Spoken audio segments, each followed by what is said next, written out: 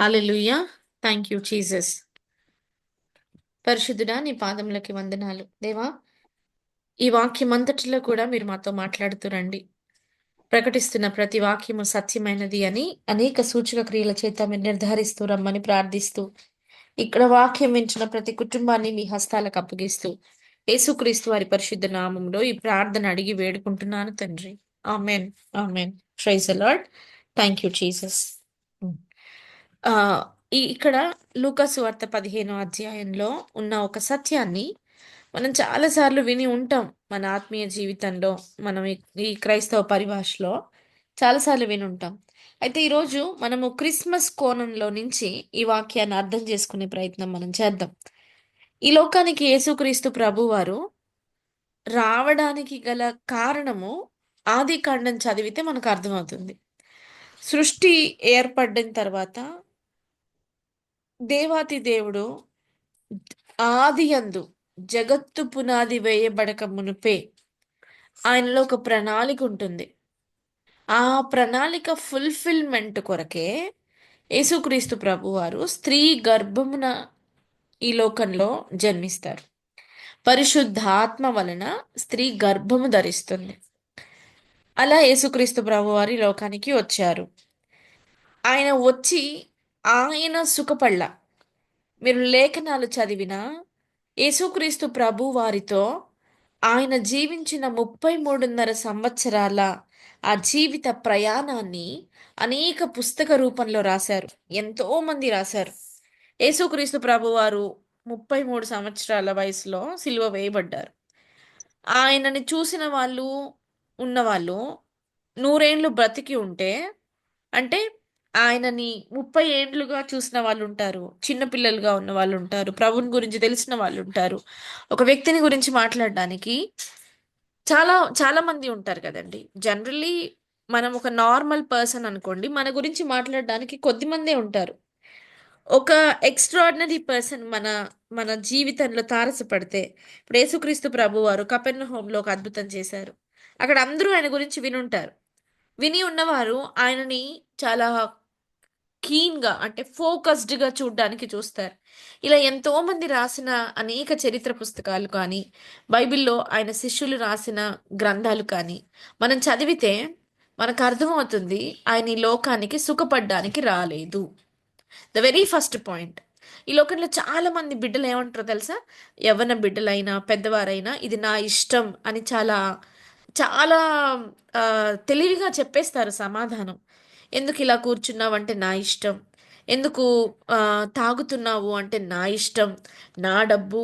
ఇలా మాట్లాడుతా ఉంటారో, వాక్యం ఏం చెప్తుంది అంటే ప్రభు మనకు మాదిరి అని చెప్తుంది. ప్రభు మనకి మాదిరి అయినప్పుడు, ఆయన ఎలా జీవించాడో అలాగే మనం జీవించాలి. కదండీ! ఒక ఒక మాస్టర్ కాపీని పోలి జెరాక్స్ కాపీ ఉంటుంది. ఒక పేపర్‌ని జెరాక్స్ తీస్తే పేపర్‌లో ఏదుందో అదే జెరాక్స్‌లో ఉండాలి. వాక్యం ఏం చెప్తుంది? మనం ఆయన పోలికలో చేయబడ్డామని చెప్తుంది. మనం ఆయన స్వరూపంలో చేయబడ్డామని చెప్తుంది. అంటే మనం ఎక్కడి నుంచొచ్చాము? ఆయన రూపులో నుంచొచ్చాం. సో, మన క్రియలెలా ఉండాలి? ఆయనని పోలి ఉండాలి. ఆయనని మనం మాదిరిగా తీసుకొని ఉండాలి. కానీ లోకంలో ఎవ్వరిని మీరు పలకరించినా వాళ్ళేం చెప్తారో తెలుసా? వాళ్ళ ఇష్టానికి బ్రతుకుతున్నామని చెప్తారు. కదండీ! ఇది నా ఇష్టం. ఇది నాకిష్టం లేదు. ఇలా చేస్తేనే ఇష్టం. ఇలా ఉంటేనే ఇష్టం. ఇలా ఇలా మనం చాలా తరచుగా వినే పదాలు ఇవన్నీ. కానీ యేసుక్రీస్తు ప్రభువారు మనం ఎక్కడి నుంచైతే ఈ లోకానికొచ్చామో, ఆయన ఆయన పోలికలో మనం చేయబడ్డామో, ఆయన ఈ లోకానికి ఆయన సుఖపడ్డానికి రాలేదు. ఈరోజు సుఖం అంటే ఏంటో తెలుసా అండి? నాకు నచ్చినట్టు జీవించడమే సుఖం. నాకు ఫోను ఎంతసేపు చూడడం ఇష్టమైతే, అంతసేపు నేను చూస్తేనే అది ఇష్టం. ఎవరైనా వచ్చి ఫోను లాక్కున్నా, ఎవరైనా వచ్చి ఫోను చూడొద్దు అని చెప్పినా, నేనది భరించలేను. ఎందుకని? అది నా ఇష్టం కాదు కదా! అందుకని. నా ఇష్టం ఏంటి? స్కూల్ మానేసి ఇంట్లో కూర్చోవడం, కాలేజ్ మానేసి ఇంట్లో కూర్చోవడం ఇది నా ఇష్టం. నా మనసుకనిపించింది నేను చేశాను. ఎవరైనా వచ్చి అడిగినప్పుడు అది కష్టం.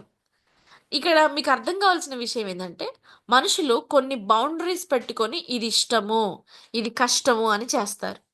ఎక్కువ మంది మనుషులు ఆల్మోస్ట్ సత్యం తెలియని వారంతా కూడా వారికి నచ్చినట్టు బ్రతకడానికే ఇష్టపడతారు.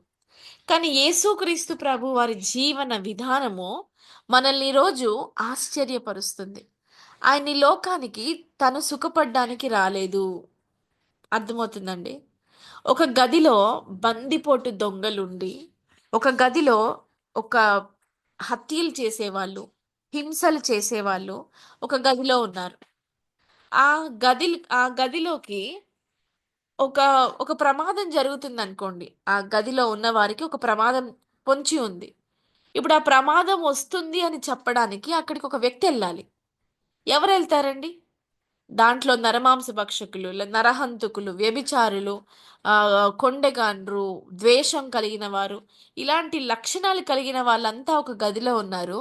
ఆ గదికి మనం వెళ్ళాలి. వారిని రక్షించాలి. ఎవరెళ్తారక్కడికి? ఎవరన్నా వెళ్ళడానికి సాహసం జేస్తారా? నాకు తెలిసి ఎవ్వరూ వెళ్ళడానికి సాహసం చెయ్యరు. ఎందుకంటే, మనందరికీ ప్రాణం అంటే తీపి. మనందరికీ జీవితం అంటే ఇష్టం.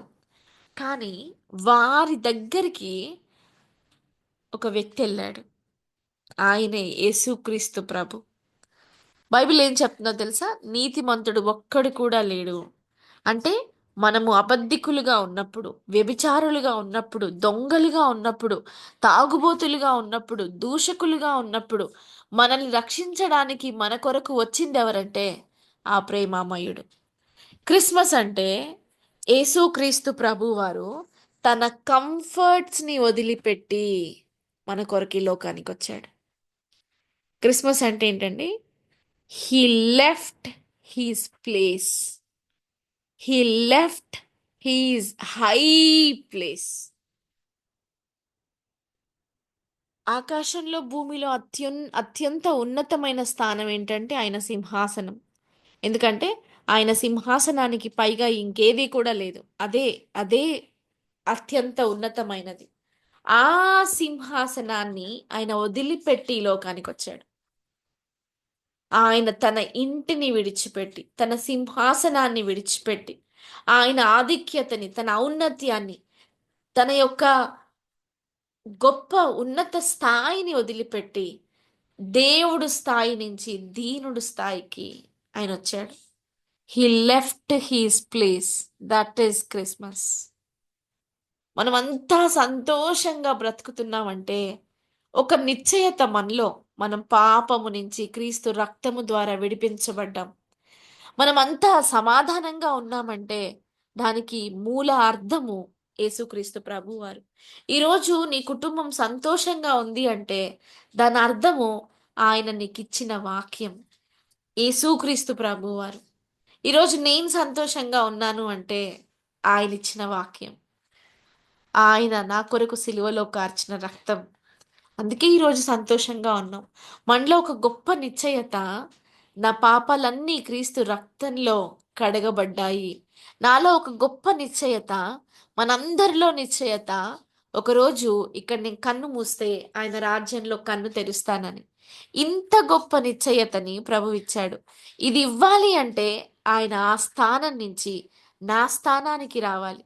ఆయన నా స్థానానికి వచ్చి నన్ను ఆయన స్థానానికి ఎత్తాలి. హల్లెలూయా! That is Christmas. ఒక చిన్న బిడ్డ పాక్కుంటూ కూర్చున్నాడు. అక్కడికి తల్లి వెళ్తుంది. తల్లి చేతులు పైకి పెట్టి బాబుని పిలవదు. ఏం చేయాలండి తల్లి?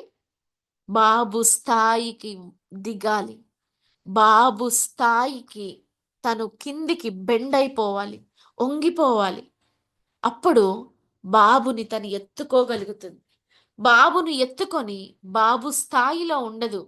తన స్థాయికి ఎత్తుకుంటుంది బాబుని. అదే క్రిస్మస్. యేసుక్రీస్తు ప్రభువారు కింద పాతాళంలో ఉన్న నన్ను, పాపం అనే కూపంలో ఉన్న నన్ను, నిన్ను పైకెత్తడానికి ఆయన ఈ లోకానికొచ్చాడు.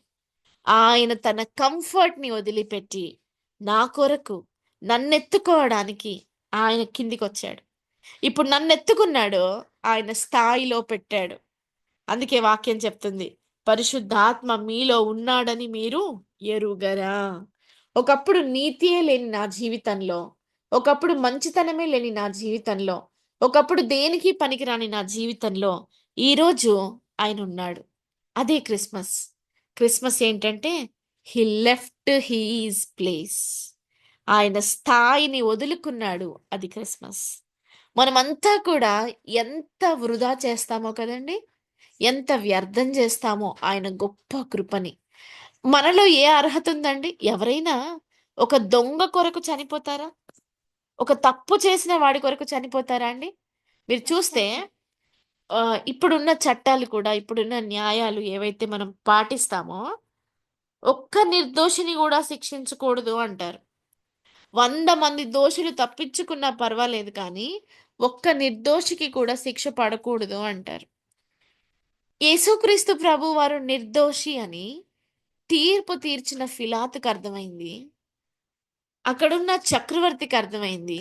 అందుకే వారు ఏమి శిక్ష వెయ్యలేక వారేమంటారో తెలుసా? బరబ్బని తీసుకొస్తారు. బరబ్బ హంతకుడు, నరహంతకుడు, దూషకుడు, అత్యంత భయంకరమైన పాపాలు చేసినవాడు. ఇప్పుడు వాడిని సిలువ వేయాలి. లేదంటే ప్రభువుని సిలువ వేయాలి అనే ఒక డిస్కషన్‌లో అక్కడున్న ప్రజలంతా ఏమంటారో తెలుసా? క్రీస్తుని తీసుకోండి. ఎవరికి బదులుగా? బరబ్బకి బదులుగా. ఈరోజు ఆ బరబ్బా జీవితం వైఖరియే నా వైఖరి, నీ వైఖరి. నరహంతకుల్ని విడిపించడానికి ఆయన నరుడుగా ఈ లోకానికొచ్చాడు. అత్యంత పాపిష్టి లోకాన్ని, అత్యంత పాపంలో కూరుకుపోయిన మనిషిని రక్షించడానికి పరమ పవిత్రుడు ఈ లోకానికొచ్చాడు. మనందరిని రక్షించుకోవడానికి ఆయన కంఫర్ట్‌ని వదిలేస్తాడు. ఆయన వదిలేసాడు. ఈ లోకంలో ఎవరైనా అలా జీవించగలుగుతారా అండి? నేను బ్రతికేది నా కోసం కాదు, నా ప్రభువు కోసం. చాలా సార్లు ఒక గొప్ప పోరాటం మనలో ఉంటుంది. మనకి కొంతమంది వ్యక్తుల యొక్క ప్రవర్తన చూసినప్పుడు కోపమొస్తుంది. మనం అప్పుడు ఏం చేస్తాం? మన కోపాన్ని ప్రదర్శించడానికి చూస్తాం. అప్పుడు పరిశుద్ధాత్మ దేవుడు మనకి వాక్యాన్ని జ్ఞాపకం చేస్తాడు. నిన్ను వలె నీ సహోదరుని ప్రేమించు. నిన్ను వలె నీ పొరుగు వారిని ప్రేమించు అనే వాక్యం గుర్తొచ్చినప్పుడు, నాకు వాడిని నిజంగా కొట్టాలనుంది, తిట్టాలనుంది, కోప్పడాలనుంది. అయినా కోప్పడలేము. ఎందుకని? వాక్యం మనల్ని ఆపేస్తుంది. That is what word of God.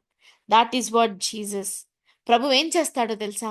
మన జీవితంలో మనము ఎలాంటి ప్రవర్తనతో ముందుకు వెళ్ళాలో కూడా వాక్యం మనకు నేర్పిస్తుంది. మనం ఎలాంటి ప్రవర్తనని లోకానికి చూపించాలో గూడా వాక్యం మనకు నేర్పిస్తుంది. అటువంటి ఒక గొప్ప కార్యమే క్రిస్మస్. క్రిస్మస్ అంటే క్రీస్తు ఆయన సింహాసనాన్ని వదులుకోవడం. అక్కడ ఆ సింహాసనాన్ని వదులుకొని, నీ హృదయం అనే సింహాసనం పైన ఆయన ఆసీనుడుగా ఉన్నాడు. అదే క్రిస్మస్. అటువంటి యోగ్యమైన క్రిస్మస్‌లో మనమంతా పాలు పొందుదుము గాక. హల్లెలూయా! ప్రార్థించుకుందాం. మహాపరిశుద్ధుడా నీ పాదములకి స్తోత్రాలు.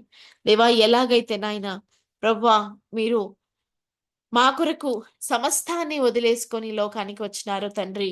అలాగే ప్రభువా మేము కూడా మా సమస్తమైన ఇహలోక ఆశల్ని వదిలిపెట్టడానికి అయా మా పాత జీవితంలో ఉన్న ప్రతి విధమైన లోకాశని వదిలిపెట్టి క్రీస్తు ప్రేమని ఈ లోకానికి చూపించడానికి, క్రీస్తు ప్రేమలో మేము జీవించడానికి, మా కుటుంబాలు జీవించడానికి దేవా మాకు సహాయం చేస్తూ రండి. దేవా ఇంత గొప్ప నాయన తండ్రి మరి సత్యాన్ని మాకు మీరు బయలుపరిచినారు తండ్రి మీకు స్తోత్రాలు. దేవా మమ్మల్ని ధనవంతులుగా చేయడానికి మీరు దరిద్రులయ్యారు. మా స్థాయికి మీరు దిగిపోయి నాయన మీ స్థాయికి మమ్మల్ని తీసుకువెళ్తున్నారు. అందుని బట్టి మిమ్మల్ని స్తుతిస్తూ ఇక్కడున్న ప్రతి ఒక్కరికి మీరు ఇచ్చిన ప్రభువా మరి గొప్ప ప్రేమను బట్టి ఆయా సమయాన్ని బట్టి మీ కృపను బట్టి మిమ్మల్ని స్తుతిస్తూ ప్రార్థిస్తూ యేసుక్రీస్తు వారి పరిశుద్ధ నామంలో ఈ ప్రార్థన అడిగి వేడుకుంటున్నాను తండ్రి. ఆమేన్. ఆమేన్.